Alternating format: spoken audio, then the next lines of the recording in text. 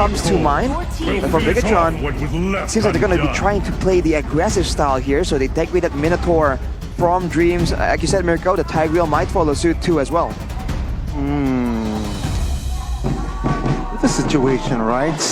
EVOS going, they're not really on towards a snowball approach, right? With the Moskov, you are active technically with the mid game unless they drafted a hero, 2 heroes that is super aggressive in that early. Maybe then they will go for that game 1 approach. Let's see though, Bigetron on the other side, they are the ones who are looking to set up with a good snowball draft here with the Mathola, with the Roger.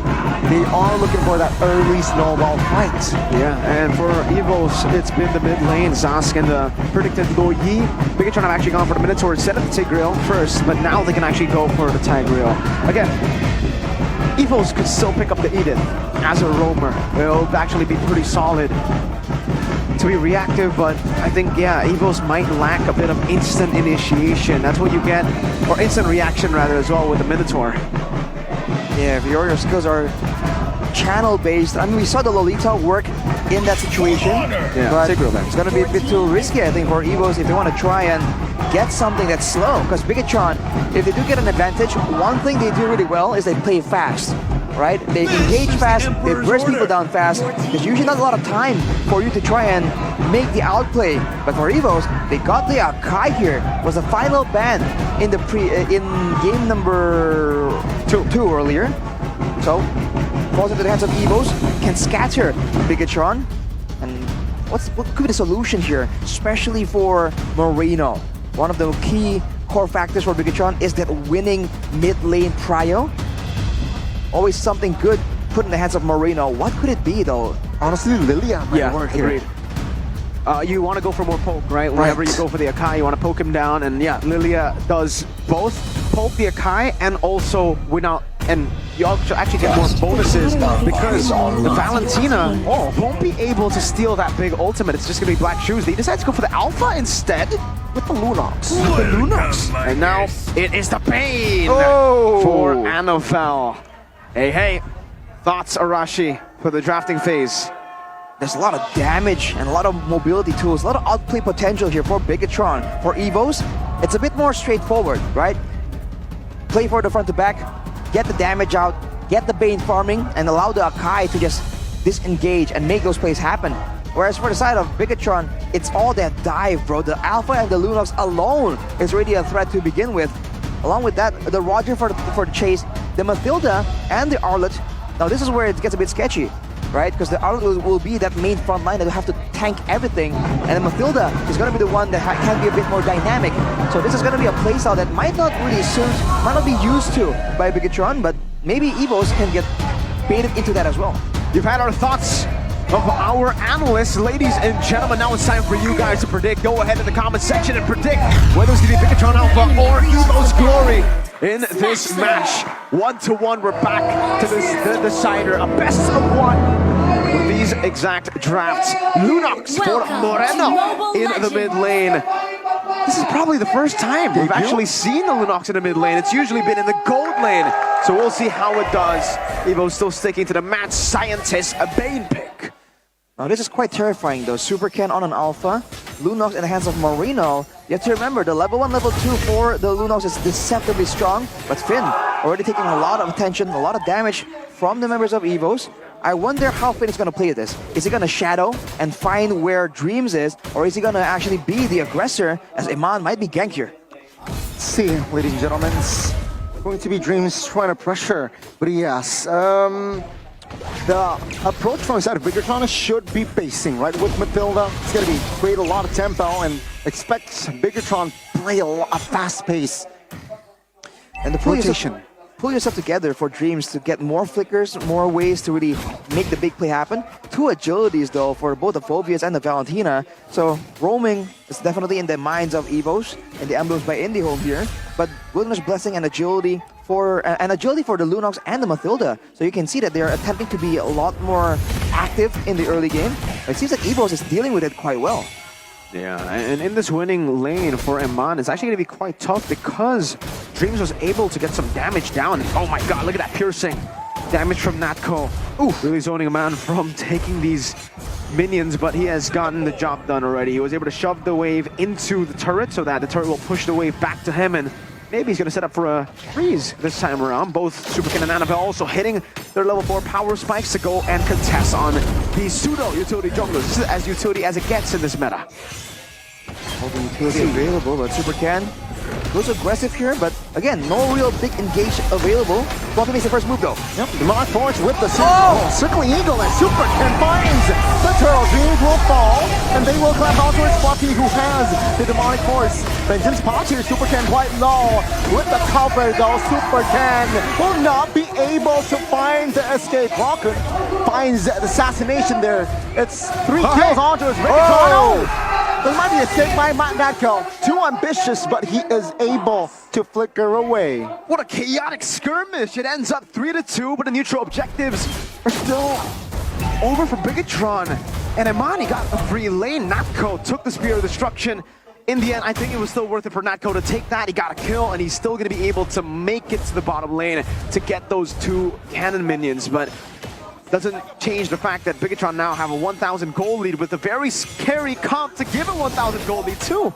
That was a crazy fight though, out of nowhere. I believe the final stage from Super Luke was able to actually group up 4 members, and then the combo straight up with the Alpha. Funny enough, we've kind of foreshadowed it in the first match of today, I believe. We talked about, oh, Alpha in a combo with a great fighter is devastating, and you're seeing that play out here for Bigetron. You can see EVOS, they're sending Dreams to try and be annoying, try and find something, but it won't be allowed to them by Bigetron. And look at the mid-prio, the rope. Oh, that's circling eagle onto his Annabelle. Good final slash. Annabelle, though, will fall. Now with Dreams with a heavy spin. Almost taken down there.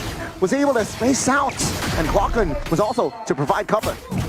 Bottom lane, you can see that. Natco might be ganked. Oh, 3v1. It's not a good time. Natco goes down in the hands of Moreno. Glocken looking to salvage something, does not get it. That's the triple threats.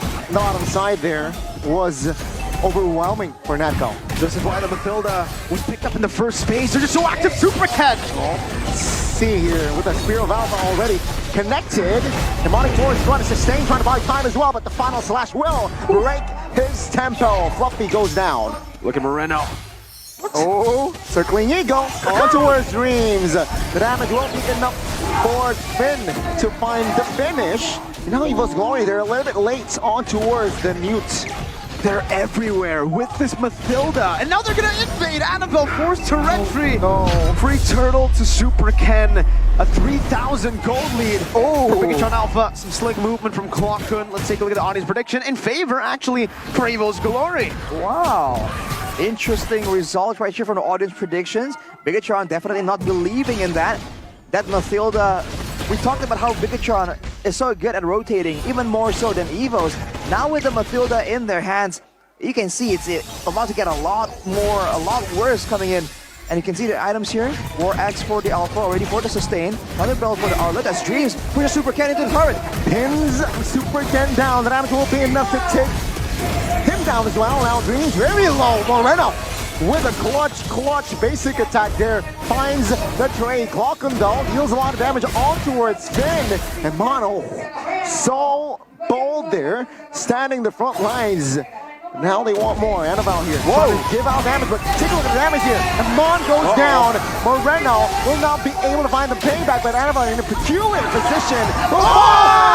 Moreno collects the double. Will he find the triple? Glocken in trouble. Finn will be there to provide the assist. It's Battle of the Mages. Glocken wins this one. Moreno says, I am him!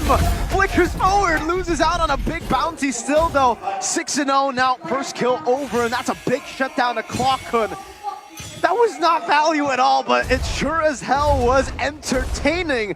The massive gold lead now down just to 1,000. On the bright side though for Bigetron, Annabelle is only level 8 man. While all this attention is drawn out by Moreno, Supercan has been farming up a storm constantly on this Alpha while still being able to gank, while still being able to impact the rest of the map. As the turtle comes through, the lane actually kind of match, kind of balance on the top side. But Eman, wait a minute, that's a Golden Staff Roger. It's the attack speed build making a return to the Roger. This is not the Thunderbelt build that we know of. Super Cat. Yep, it's gonna be Super Ken securing the turtle heavy spin here. Defensively, flickers out, but the damage will not connect. Oh, never mind, he survives. No, Bigetron will move onwards with the flicker final slash. Annabelle will not be able to defend the base turret, but Fluffy will.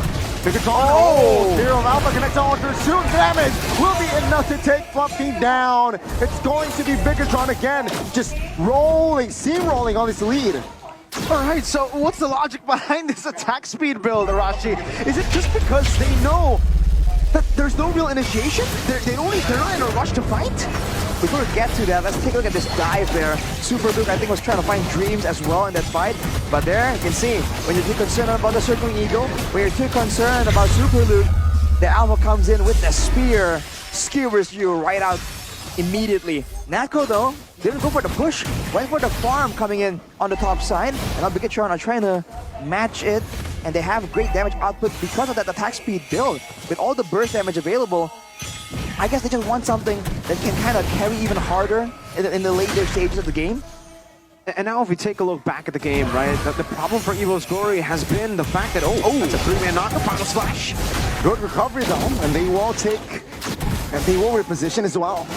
Moreno now will try, will not commit on towards the fight just yet here. EVOS Glory, they managed to clear the top lane wave. So back to the point, the problem for EVOS Glory is the fact that they don't really have any way to initiate. It's really more of a reactive composition, even with the Phobius, right? The gap close is not there, and when you do decide to fight, your team better commit with you. We saw it earlier up top when he was ganked. The way he escapes is by fighting, by winning the fight. Now Dreams is caught. He pins him on down, but the fall damage there wasn't evidence. The damage now will connect on towards Spin. Fluffy Vengeance. No, it's irrelevant now. EVOS Glory stands with 4. It's a roam for EXP. And it's Finn, for Fluffy, that trade. I don't know, at this point, is Finn worth the trade for Fluffy? It's 0-4 to 1-2, and it's the main engage and escape tool for Bigetron. Since we discussed how Fluffy is a core member, a core component in how EVOS are able to actually get so much dominance in the fights, I feel like it's great for Bigetron to put him further back behind. Because in the end of the day, even though Finn is doing better than Fluffy, it's still a roam, right? And Super Ken now picks up the Winter Crown, already expecting to go into dangerous territory, and they spot Natco on the top side. They want to burst it down. Look at the damage! And the damage is enough here. The Lord will taken uncontested. Natco though will find an inner turret top lane. That will still be Bigetron winning the trade.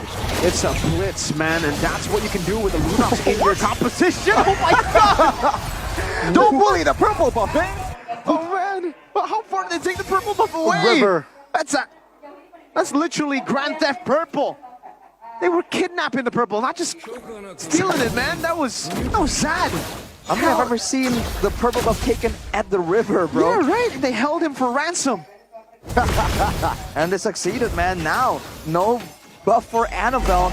And again, all they can do is stop the dive. But what can you do when the dive comes in layered, right? Layering of ultimates and spells has always been a strong suit for Bigetron. We've always complimented them all the way from week 1. Now you're seeing it again. EVOS not sure when to pop the heavy spin, not sure when to pop the deadly catch.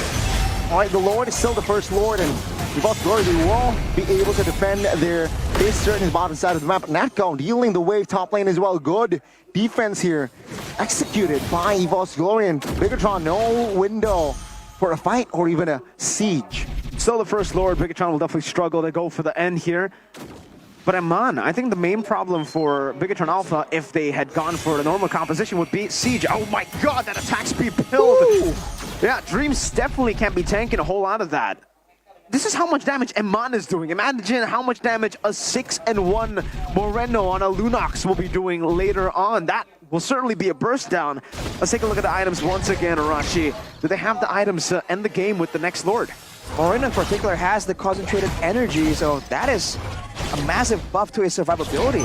On top of the Brilliant Order, now he has an extra chance at sustaining on top of the Flash and the Oasis, by the way. Same thing for Super Ken, already with the Queen's Wings. They jump on Dreams here most likely, but they won't commit, stealing the orange buff away from Annabelle.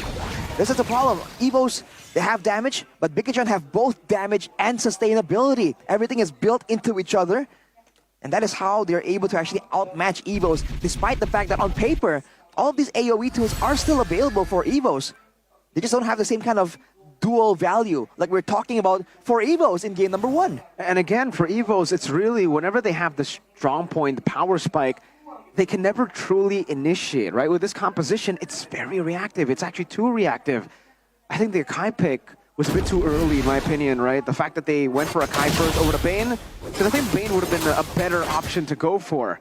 Then you go for Akai as last pick if you see, you know, a way in. But now the fact that they were able to pick up Lunox and Alpha as their last picks kind of stops the Akai from being a problem.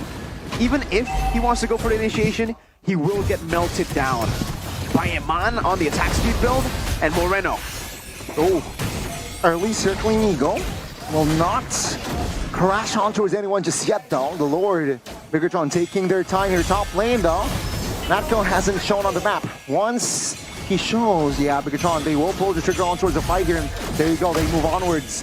Finn looking for a fight, Super Lucas duel. Lord also chunked down heavy stick, awkwardly. The Moreno finds Dreams, now it's gonna be a reckless battle, Super Ken wins it. The right side Super Luke causing the Dragon Fluffy isolated.